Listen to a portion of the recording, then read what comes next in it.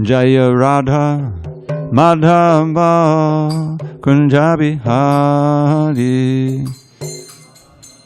Better you let him play. It's okay. You can clap a little bit because Jaya Radha Madhava Kunja Bihari.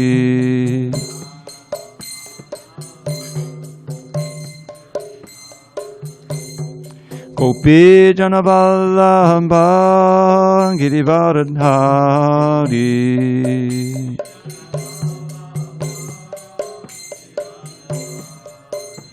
Gopi Janavallabha Girivaradhari.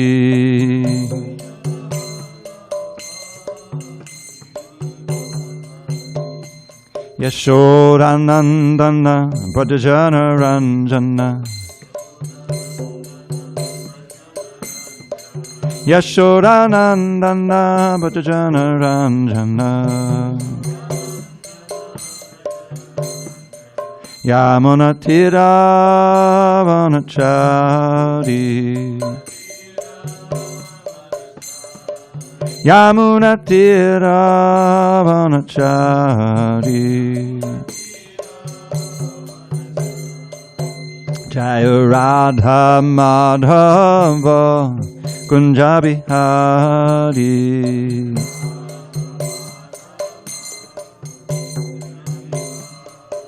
Jaya Radha Madhava Kunja Bihari.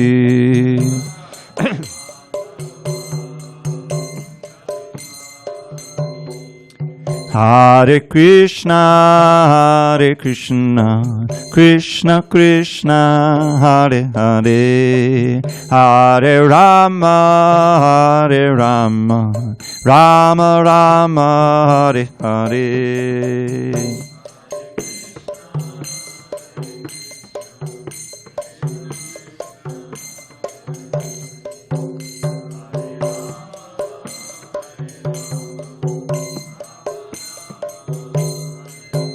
Hare Krishna, Hare Krishna, Krishna Krishna, Hare Hare, Hare Rama, Hare Rama, Rama Rama, Hare Hare.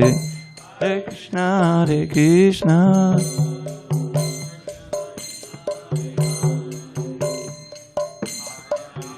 Hare Rama, Rama Rama, Hare Hare. Jaya Radha Madhava Kunja Bihari.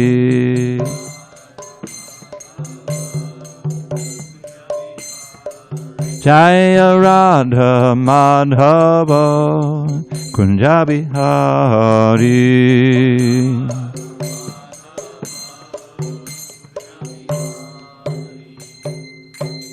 Jai Mr. Bad Paramahamsa, Padavijikacharya Ashtotar to Sri Srimad, His Divine Grace, Srila A.C. Bhaktivedanta Swami Prabhupada Ki Jai. ISKCON BBC Founder Acharya Srila Prabhupada Ki Jai. Jai Om Vishnupad Paramahamsa, Padavijikacharya Ashtotar to Sri Srimad, His Divine Grace, Srila Bhakti Siddhanta Saraswati Thakur Ki Jai. Ananta Koti Vaishnavinda Ki Jai. Namacharya Srila Haridas Thakur Ki Jai. Shivaratri ki jai, Bhagavad Gita ki jai, Samaveda Bhaktivinoda ki jai. All glories to the assembled devotees. All glories to the assembled devotees. All glories to the assembled devotees. All glory to Sri Guru and Gauranga. Om Namo Bhagavate Vasudevaya. Om Namo Bhagavate Vasudevaya. Om Namo Bhagavate Vasudevaya. Okay, are we in text 31? Tapas, you there? No, even Tapas isn't there. Anyway, maybe you remember to meet. Were you there last class? Wednesday? No? Anyway. I'm pretty sure it's 31. Let me just check here. Oh, I'm sorry. Page 98, chapter 2, contents of the Gita summarized. Okay, yeah, text 31. All right. Yeah. Okay. On this 28th day of February 2022 in San Diego, we're reading from Srimad Bhagavad Gita as it is, translation and commentary by His Divine Grace A.C. Bhaktivedanta Swami Prabhupada. We're in chapter 2 entitled Contents of the Gita Summarized, text number 31 at the bottom of page 98. Hare Krishna. Haribol. Hare Krishna, Jaja Prabhu. This is Vishnu Priya from Canada.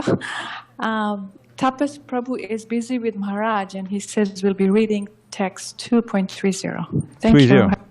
Okay, thank you very much. Yeah, we have so many seats right behind you. You're right, text 30. Okay, let's try that again. Sorry for the disconnect. Okay. On this 28th day of February, 2022 in San Diego, we're reading from Srimad Bhagavad Gita as it is, translation and commentary by His Divine Grace A.C. Bhaktivedanta Swami Prabhupada. And we are in chapter 2 entitled Contents of the Gita Summarized, page 98, text number 30.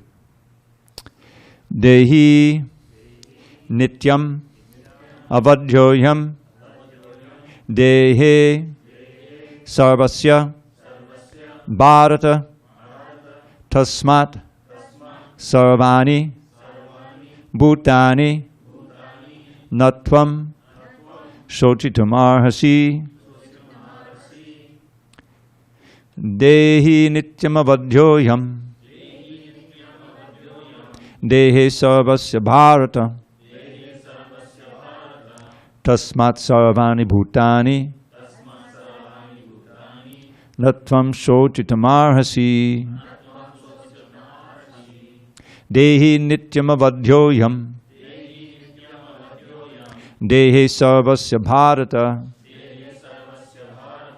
tasmat sarvani bhutani natvam shochitamarhasi dehi nityam avadhyoyam dehe sarvasya bharata tasmat sarvani bhutani natvam shochitamarhasi dehi nityam avadhyoyam dehe sarvasya bharata tasmat sarvani bhutani natvam shochitamarhasi dehi nityam avadhyoyam dehe sarvasya bharata tasmat sarvani bhutani natvam shochitamarhasi dehi nityam avadhyoyam dehe sarvasya bharata tasmat sarvani bhutani natvam shochitamarhasi. Want to try? Yeah. Dehi nityam avadhyoyam dehe sarvasya bharata tasmat sarvani bhutani natvam shochitamarhasi. Ladies? Dehi nityam avadhyoyam dehe sarvasya bharata tasmat sarvani bhutani natvam shochitamarhasi.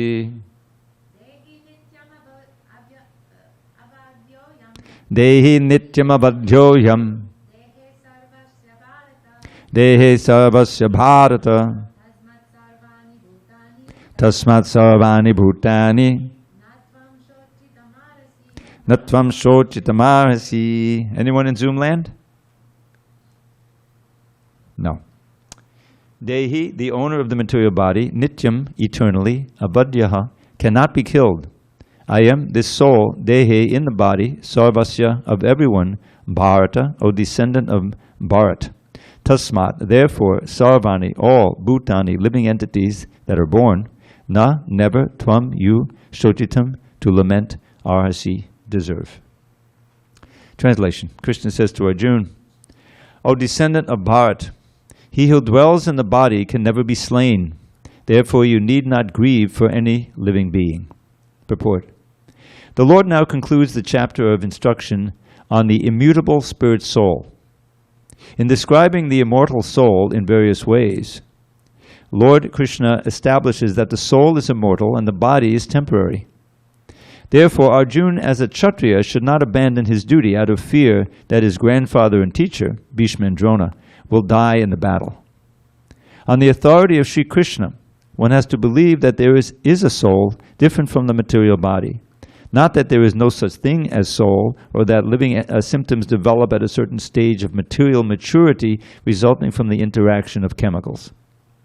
Though the soul is immortal, violence is not encouraged, but at the same time, at the time of war, it is not discouraged when there is actual need for it. That need must be justified in terms of the sanction of the Lord, and not capriciously. Om Jnana Timirandasya Jnanandana Salakya Chakshu Unmidatamena Tasmai Shri Gurave Namaha. I was born in the darkest of ignorance, but my spiritual master Srila Prabhupada opened my eyes with the torchlight of knowledge. I offer my humble obeisance unto him and all members of Sri Parampara. So, before we begin a little discourse on this meaning here, we should all chant one repetition of the Hare Krishna mantra in prayer for the safety and welfare of the devotees in Ukraine. There are many devotees throughout that country. There's 53 temples in that country, and there's devotees everywhere. And so we should pray that Lord Nrsimhadev protects them and that they're safe and sound and can continue their devotional service. Hare Krishna, Krishna Krishna, Hare Hare, Hare Rama, Rama Rama, Hare Hare. So, Prabhupada says the Lord now concludes the chapter of instruction on the immutable spirit soul. That chapter is the last 20 verses, beginning with 2:11, in which Krishna says, Oshochanam Vashochas Tvam Pragya Bharam Shabhashase Gatasuna Gatasung Cha Nanu Shochanti Bharata. That you're lamenting. Arjuna, if you recall, in the first chapter, the war is about to begin, and he's on the chariot with Krishna, and he says, my dear Krishna, please take my chariot between the two armies, what they call the no man's land, so I can see who has come here desiring to fight. And when he gets there, he looks out onto the other side, and he sees his friends and relatives. After all, the Pandavas were all part of the Kuru clan. And so he had friends there, he had blood relatives and marriage relatives. And most importantly, he saw on the other side Bhismadeva and Dronacharya. Arjuna had studied martial arts, if you will, the real martial arts in those days, from Dronacharya, who was a Brahmin, but he was acting like a Kshatriya in that he taught the Kurus and the Pandavas how to fight. And so he felt very reluctant to see any harm brought to Dronacharya, even though he was on the other side.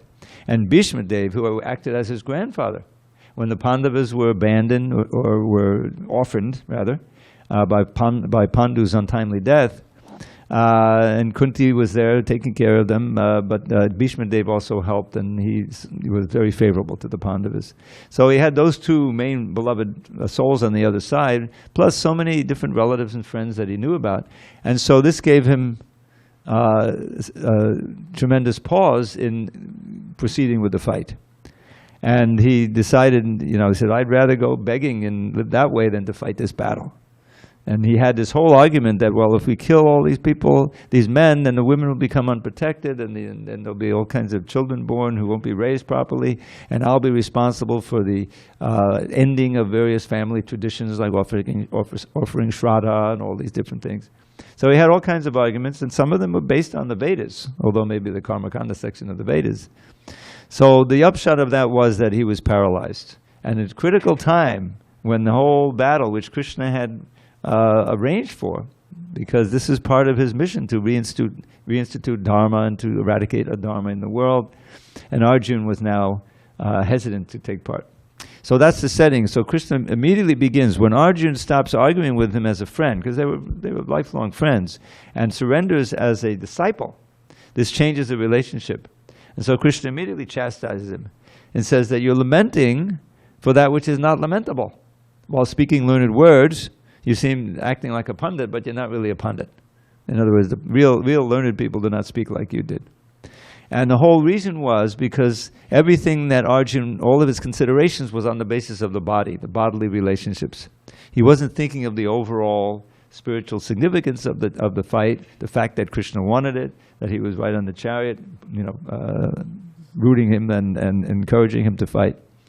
So it was mistaken. And then he begins systematically, Krishna begins systematically describing the nature of the soul as in contrast to the nature of the body.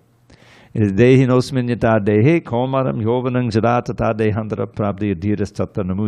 the third verse he speaks.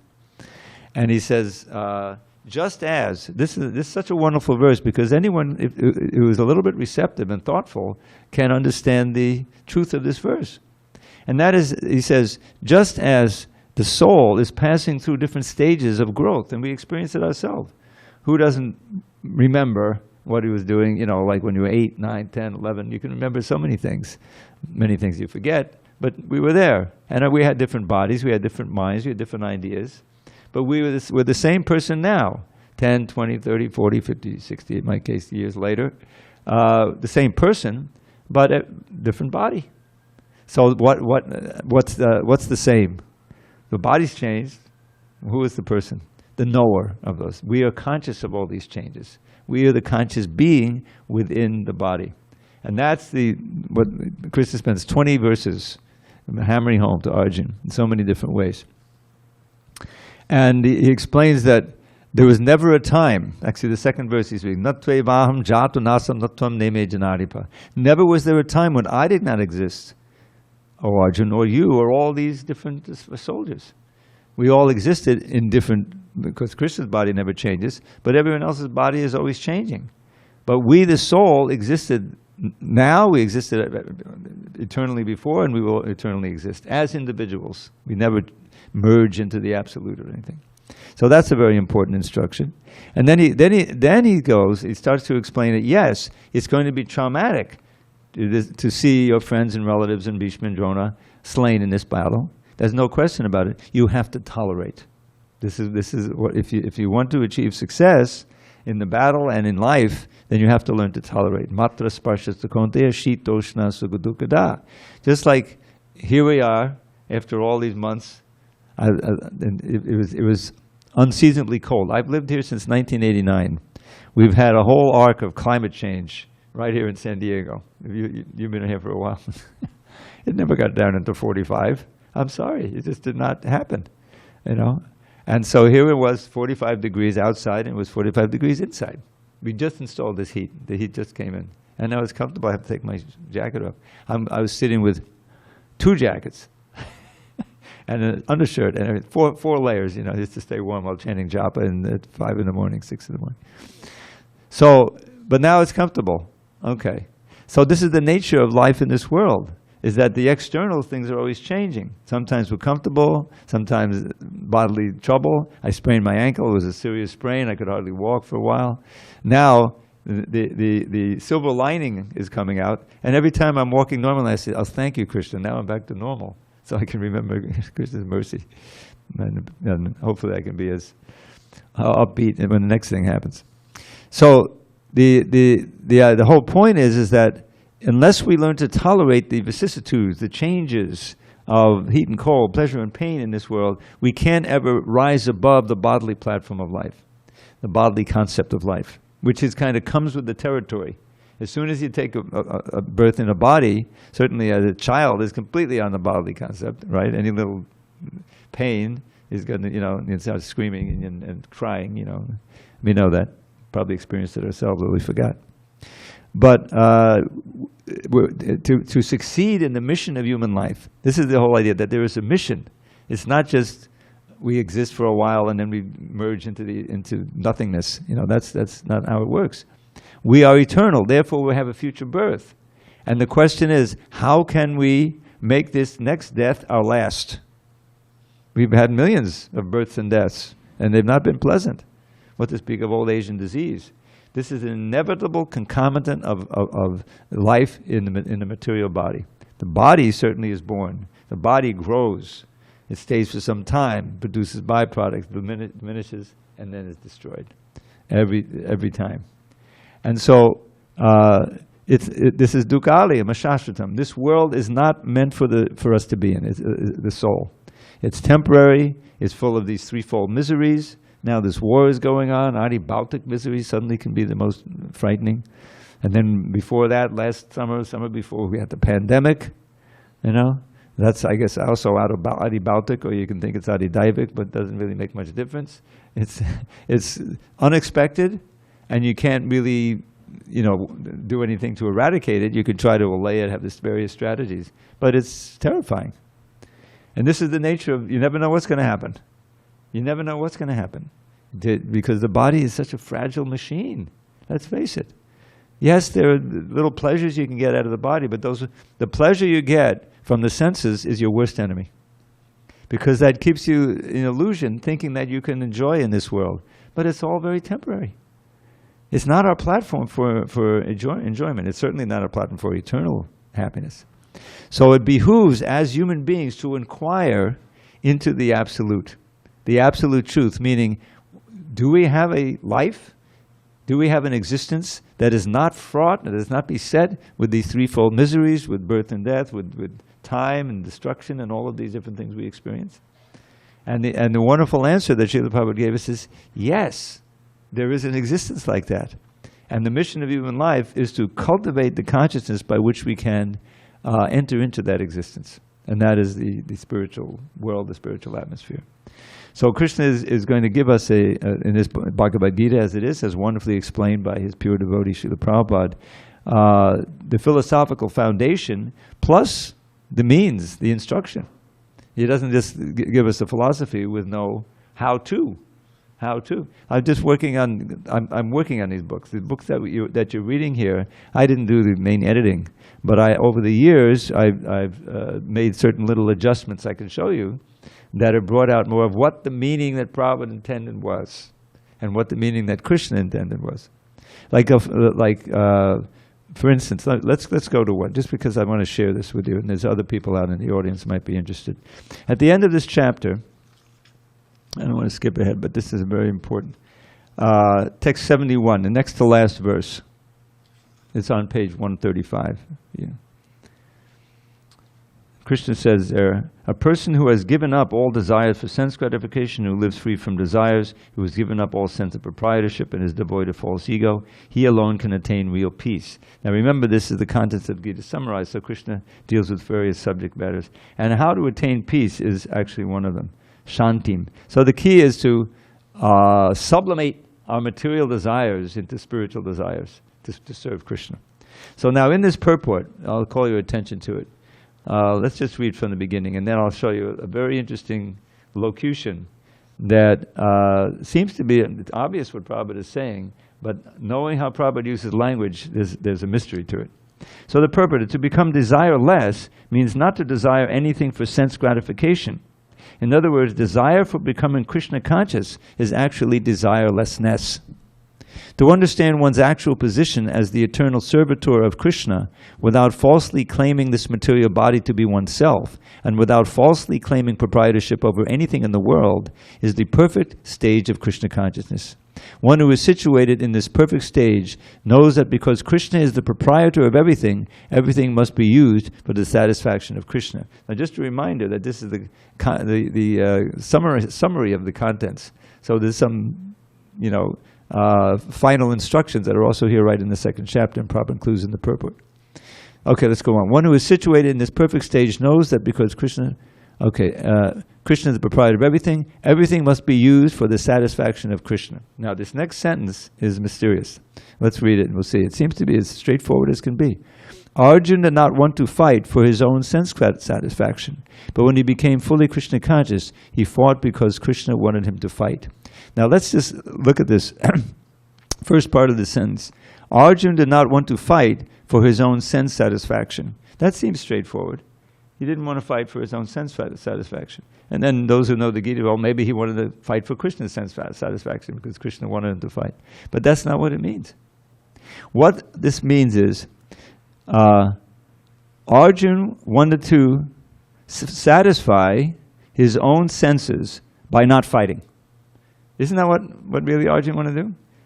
Right? He didn't. Which sense he wanted to satisfy? He wanted to satisfy his desire to see his friends and relatives and Drona and Bhishma alive. That was his primary concern, rather than doing his duty and killing them or participating in killing them. But he couldn't imagine it. You see. But there's these two things. One is his duty. One is what Krishna wants him to do. Krishna wanted him to fight, right? There's no question about that. And that's what he should do. That's the Supreme Personality of Godhead. But his heart, his feelings were telling him, no, no, no, I don't want to do that. So he wanted to satisfy that sense of seeing them alive and not killing them by leaving the battlefield. You see? But the particular Arjuna did not want to fight. The reason Arjuna did not want to fight was that he wanted to satisfy his own senses, for his own sense satisfaction. You see that? But if you just read it, Arjuna did not want to fight for his own sense satisfaction. But actually his sense satisfaction was in not fighting. It's not that he wasn't interested in his sense satisfaction. That's the whole problem. Krishna consciousness means to neglect your own sense gratification, let's call it gratification, and to work to satisfy Krishna's senses and Krishna's desires. That's the meaning of Krishna consciousness. So if you read the whole thing through with that little change, Arjuna wanted to satisfy his own senses by not fighting. But when he became fully Krishna conscious, he fought because Krishna wanted him to fight. You see how that makes perfect sense? At first, now, just to strike this home, if you go to text 39 in this chapter, I'll give you the page number in a second. Page 105. You see that purport there to this verse? There's a Krishna is transitioning from Sankhya Yoga to Buddhi Yoga here. Thus far I've described this knowledge to you through analytical study. Now listen as I explain in terms of working without food of results. O son of Prita, when you act in such knowledge, you can free yourself from the bondage of works. Now, let's just read this purport, a couple of lines, and you'll see what I mean. According to the Nirukti, that's a dictionary, Vedic dictionary, Sankhya, you know, it's important to know where those belong. We're on page 105, Paul. Sankhya means that which describes things in detail, and Sankhya refers to that philosophy which describes the real nature of the soul. And yoga involves controlling the senses. Now, listen, Arjuna's proposal not to fight was based on sense gratification. Isn't that exactly what we're talking about? Forgetting his prime duty, he wanted to cease fighting because he thought that by not killing his relatives and kinsmen, he would be happier than by enjoying the kingdom after conquering his cousins and brothers, the sons of Dhritarashtra. See that? In both ways, the basic principle was for sense gratification. So that's exactly what it means. Arjuna wanted to satisfy his own senses by not fighting. You see that? But because of Prabhupada's English, his second language, he sometimes used the locutions that are a little confusing. Arjuna did not want to fight for his own sense satisfaction. But when he became fully, Arjuna wanted to satisfy his own senses by not fighting, but when he became fully, he wanted to fight. He fought. For himself, there was no desire to fight. But for Krishna, the same Arjuna fought to his best ability. And then he goes on. So this is what I did in the Bhagavad Gita. I found things like this, and for the last years and years, we're refining this text, and basically it's what it should be now. And so that's my service, and the only thing I'm trying to do is make it clear that Krishna is saying something, Prabhupada is explaining it, and that the actual intended meaning that Prabhupada wanted to convey is conveyed through the words. And that's there because, English was his second language. There's no question. And that's why he needed these editors, so. But back to our present verse. So this is the last verse of these 20 verses describing the difference between the soul and the body. And it changes everything. This idea that we're eternal, the body is temporary. That the body is just a, remember we had a verse, Vasangsi jirnani yata vihaya. Yeah, you know that one. Vasangsi jirnani vihaya, navani granadi naroparani. Tatashirirani vihaya jirnani yungyani sangyati navani dehi. So another very nice analogy. That just as one takes off eventually an old coat or something that's no useful and just throws it away. Similarly, we, the soul, discard an old body that's no longer serviceable and take on a new one. And so death and rebirth has been going on for millions of years. We want to try to end that process. And that's the definition of mukti. In the Srimad Bhagavatam, there's 10 different subjects, one of them which is mukti, and each one is defined in chapter 2, I think it's Canto 2, chapter 10, I believe. So here, this is the definition of mukti. It doesn't mean that we lose our identity and merge into Brahman or we merge into Krishna. Here's the definition. Muktir hitva anyata rupam swarupena vyavastiti.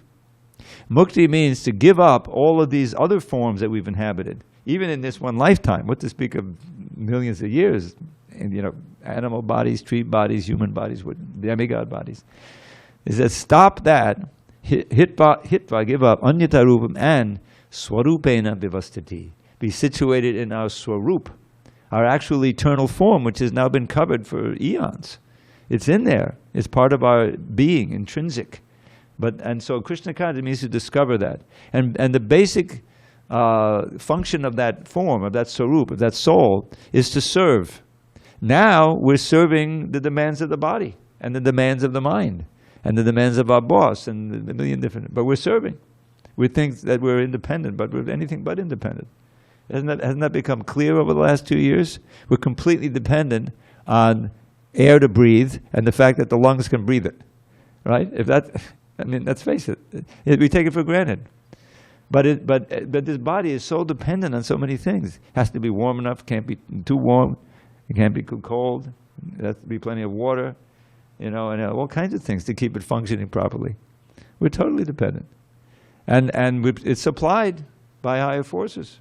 The demigods, by the instruction of Krishna, giving us enough water, not too much, enough heat, not too hot, not too cold. All of these things are, we mess it up. And there's not enough food, and we know that. But nature is provided under the instruction of Krishna. Maya jakshena prakriti suyate satarasadam. Krishna says, by my superintendence, this material energy is creating the universe, is sustaining them, all these things are going on. So we're already dependent, but we're in this illusion that we have this, that we're free agents to act. But our perfection is to dovetail, we have to be servants. We're going to serve. Either going to serve the lower self or we're going to serve Krishna. So to change that service from the lower self to the higher self, to the supreme self. And that will make us happy. That will make us eternally happy. We have to have that faith. And Prabhupada came to show us how blissful one can be. Even in old age, his health wasn't that great. He was traveling around. He had this serious stroke in 1967 in May. And he survived it. Then he went back to India and got well. The devotees were wondering. There was only 2 centers, San Francisco and New York, and the devotees were just praying so hard. And they chanted, when Prabhupada was in the hospital, they chanted all night, all day, so it was relief. So he went back to India, regained his health, and then returned and helped ISKCON, he saw ISKCON grow and to what it is, the seed of what it is today.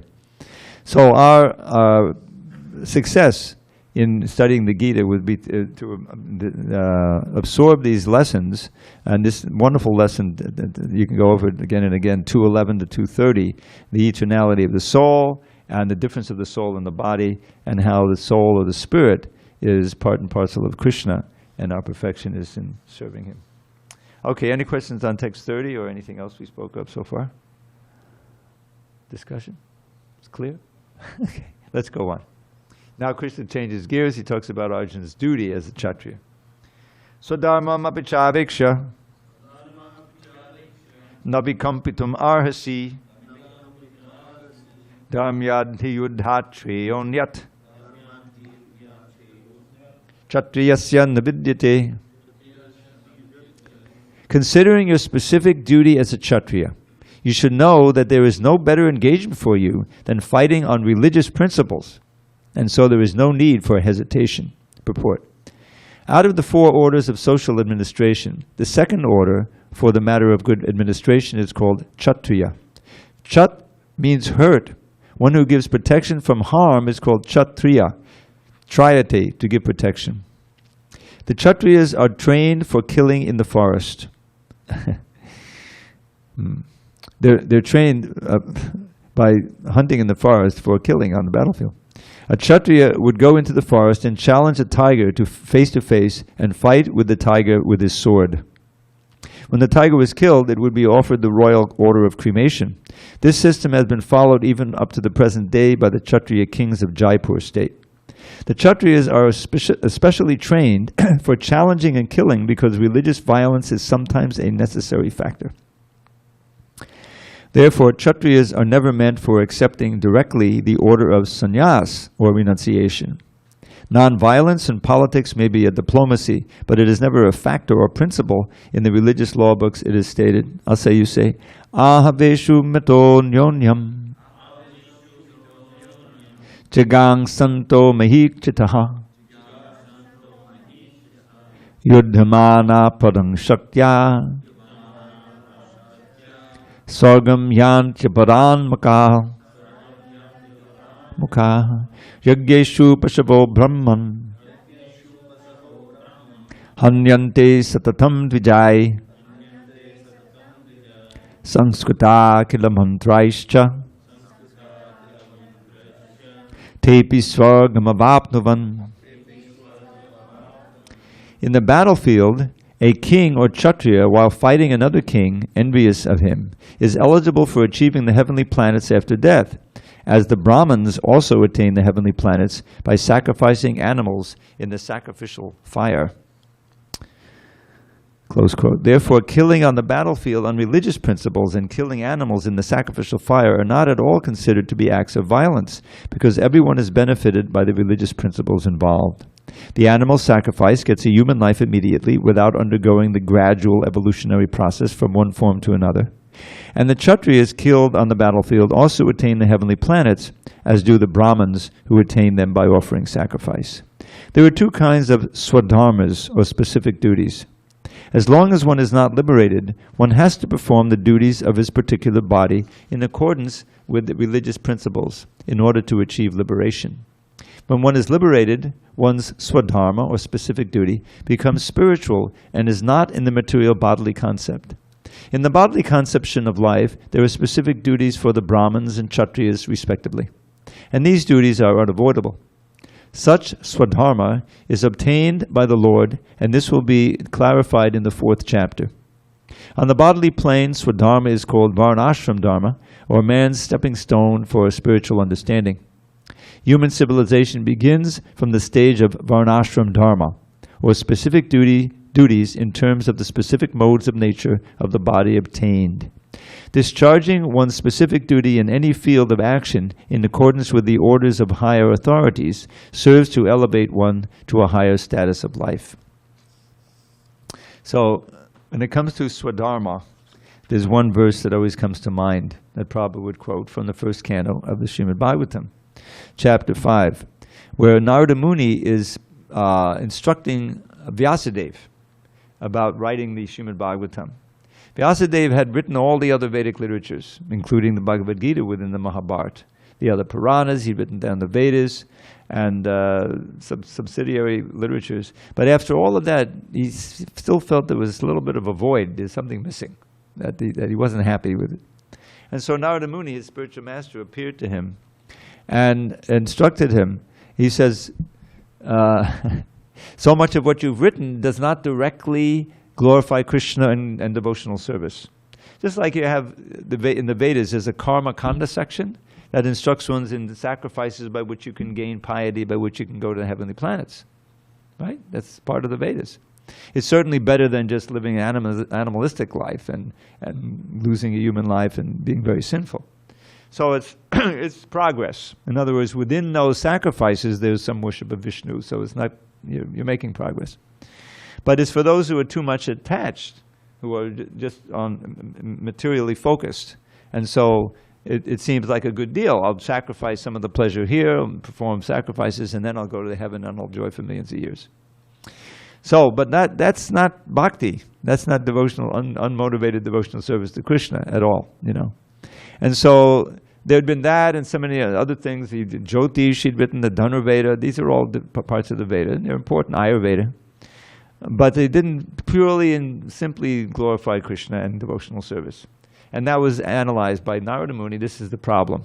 You know, and he gave this famous verse, Nayad bachas chitta badang hare yasho jagat pavitram pragunita karachid tad bhayasam tirtam ashanti manasa nayata hangsarinamantu shikshya.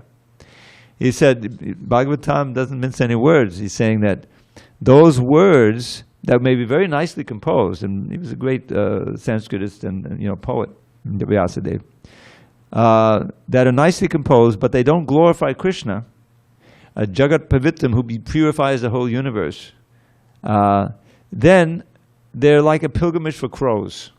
In other words, the swan-like devotees, as opposed to the crow-like humans, they don't take their pleasure there, because they're interested in the words that glorify Krishna, that take you to Vaikuntha, like that. On the other hand, Tad Bhagava Sargo Janadaga Viplavo, those words which are meant to bring about a revolution in this misdirected civilization, and which do glorify the name, form, qualities, and pastimes of Krishna, even if imperfectly composed, are heard and repeated and relished by the great saints and sages who really know the essence of things. And so back to our Swadharma, and so there's this verse that next couple of verses, I'm not sure where it comes in there. He says, Tyaktva Swadharma chadanamba jang hare bhajanna pakvo tapate tato yadi yatra kava badram abudamushikim kovarta apto abhajatam swadharmataha. So in this verse he says, if someone gives up his swadharma, which means your activity and your work according to your psychophysical nature that you've inherited and developed, the needs that like if you're in a mode of goodness, you'll gravitate toward Brahminical work like that, be a Brahmin, and especially if you're born in a Brahmin family. This is your swadharma. But if you give it all up and you join the Hare Krishnas, chadanamba jang hare, you worship the lotus feet of Hari fully, you see. Bhajan, apakvo, but you don't complete the process because it's it's a process of purification. But you fall away from the path. Where is there anything inauspicious? Krishna says in this second chapter of the Bhagavad Gita, in the process of Krishna consciousness, there's no loss, there's no diminution. Unlike materially, you can work so hard, become successful, famous, rich in this lifetime, have so much influence, but it's all gone as soon as you leave the body. Then what? You can't take it with you. There's a famous, right? But you can. What you do take with you is your consciousness. And so whatever progress you've made in Krishna consciousness is never lost. But on the other hand, if someone very nicely does his swadharma, but there's no bhakti, there's no Krishna consciousness, where is there any gain? Because it's all lost. Maybe you go to heaven, but then you come down, you're back to square one. You don't really make any progress. So this is a very important point, because Bhagavatam is wholly and solely about the supreme dharma. Not swadharma according to your psychophysical nature, but the dharma of the soul, which is savaipang paro dharma yato bhaktir hokshaje. That activity which awakens our natural intrinsic love and devotion for Adhokshaja. This name is very significant. Adhokshaja means the transcendent Lord. Why do they it's not a name that we chant on beads or anything, because it has no, it doesn't have any lila in it. But it's important for us to understand that name, because it means we can't see Krishna now. We can't sense him with our material senses. He's transcendental to our senses. We need him to reach out to us, to make himself accessible, and most importantly, through his pure devotees, who can personify that devotion and instill in us faith. Even we can't perceive spirit right now, the supreme, but we know it exists because this person is emanating peace and happiness and knowledge and everything that we want to have, because he says Krishna is giving them, because it's connected to Krishna. In other words, he can impart faith, and not to at least investigate the philosophy and to begin the practice of chanting Hare Krishna. So that reality is there, and therefore we should not be so concerned with the Swadharma. Now, Krishna says, considering your Swadharma. So it just so happens that Arjuna's Swadharma, which is to fight, is exactly what he should be doing in devotional service. So Krishna is getting from all different directions. Your Swadharma is also to be a fighter. You know, you'll never be happy. You know, even if you leave the battlefield, wherever you go, you're going to use your Kshatriya spirit. This happened already when they were in exile. They were in the forest. You know, they still remained Kshatriyas, and they had so many battles and things going on. So the Swadharma is going to be there, and in this case, observing your Swadharma will also be devotional service, because that's what I want. That's what Krishna wants him to do too. So he's arguing. Krishna's arguing from different points of view now, and he's for a few verses. He's going to appeal to Arjuna's Kshatriya spirit. If you neglect your duties, you'll lose your reputation. All of the other Kshatriyas will speak of your infamy. This is this is Kshatriya talk. The chariot driver is supposed to enliven the warrior to fight. He has to watch out for the warrior. There's a whole pastime in the Krishna book in the 10th canto where Arjuna is injured. You remember that? I forget the battle right now. But he was injured. He was not unconscious. So his chariot driver took him off the battlefield until he regained his consciousnness. Arjuna was very angry because he took him off the battlefield. They're not supposed to leave the battlefield. And the chariot driver says, no, I'm protecting you. That's my duty. So Arjuna, okay. So he went back on the battlefield and continued fighting. So the idea is that there are so many imperatives, so many things to worry about the Swadharma. When it is in tune with our eternal Dharma, then and that's what Prabhupada started this movement for. Like, for instance, I was always good in school, big deal, you know. But when I joined Hare Krishna's, I happened to join by Krishna's arrangement in the one center in the world where they're putting the books together. That's where the press was. So naturally, I gravitated toward. I was just chanting and dancing 3 hours a day and working in the incense factory, you know, and they also had that going on. And then I told one of the managers, I said, there's some mistakes here in the Krishna book. This was a print, the 1970 printing. There's going to be some typos, whatever. So I pointed them out. I said, "Oh, this is very good. Here's a red pen. Now, in your bunk, they didn't give me an office, didn't give me a seat, nothing. Just give me a red pen. And when you find any mistakes, put them in and we'll see." So over the next month, whenever I could, I made the marks. Said, "Here's what I said." "Oh, very good." So he worked to get me working in the press.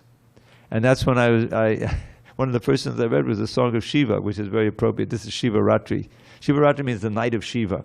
This is the night that he married Parvati. It's celebrated all over the world. And there's Shiva temples here in San Diego. It's a very big night.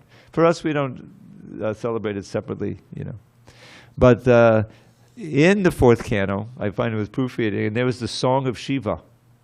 When the Prachetas went off to perform austerities to become qualified to be Prajapatis, they met Lord Shiva. And Shiva taught them this song, and it's a bhakti song. It's all about, ultimately, he's meditating on the beautiful form of Shyamasundar and all these different things. And so, I was just enthralled. Here I am doing my service, looking for commas and periods, and I'm able to read the Srimad Bhagavatam. So I felt very well situated, because it helped. My Swadharma was also to be studious, and here I was able to do it. So I've been doing it ever since. Almost 50 years, since 73. And I don't want to do anything else, as long as I'm able to do that service. So Prabhupada, he started that. If someone has a tendency to cook, like we have a wonderful Saul, who was working in a restaurant, right, the kitchen with me, cooking. So he's very eager to learn how to cook. He's learning how to make, wonderful preparations for Krishna. So that's the ideal, that there's a society where your Swadharma is also part of your eternal Dharma of serving Krishna.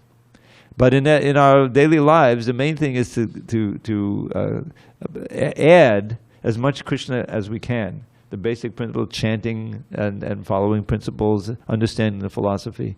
And gradually one will inevitably become attracted to Krishna. Because he's Krishna. He's all attractive. That's what it means. Sorry, I'm kind of going here and there.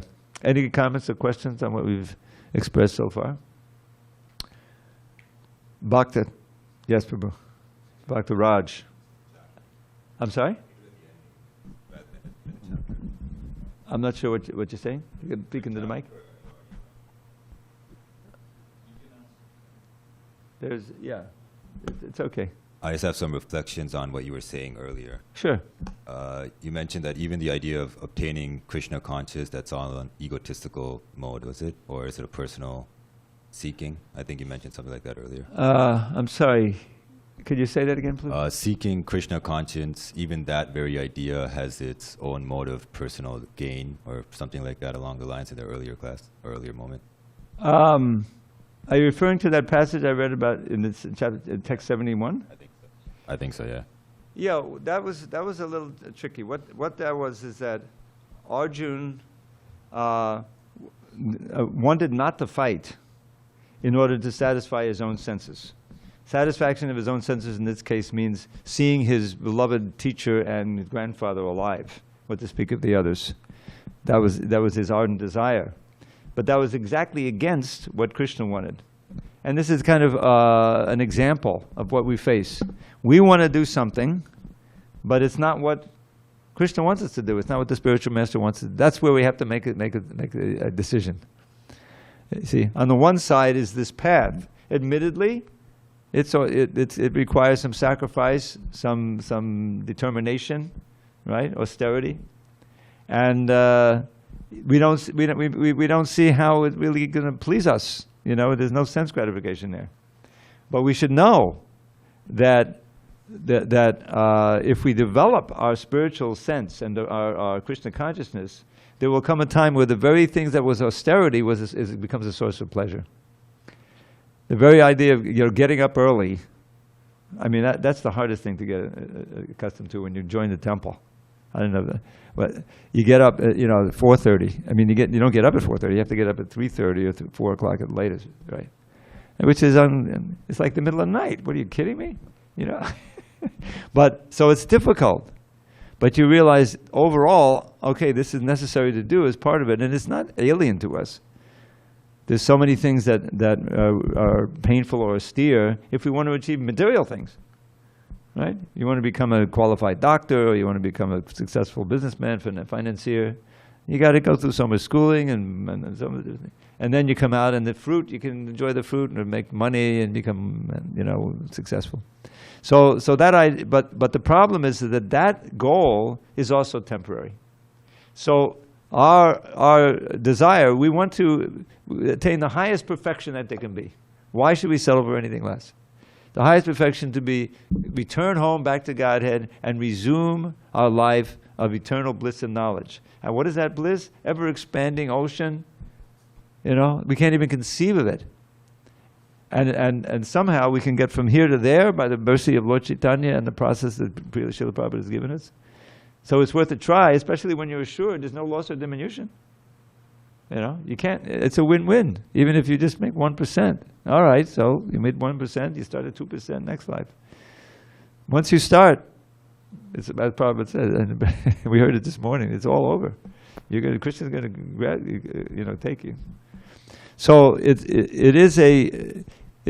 something that is very mysterious because it doesn't compute materially. If you look at Krishna consciousness, the lifestyle of devotees, it's like, come on. I mean, when do you guys let up and just enjoy? Because you can't really get into someone else's head. But really, when you take part in it, you can see that just to chant, I say just, beginning with the chanting Hare Krishna, the name Krishna, that mantra, Hare Krishna, I discovered on my hard drive. I have this vast hard drive with all kinds of documents I haven't read in years. I was going through, and there's one compendium, which I can share with you, of quotes about the Hare Krishna mantra, not just from our books, but from different shastras and all kinds of writers, Lord Chaitanya speaking about it in the Chaitanya Bhagavad and things. It's getting late.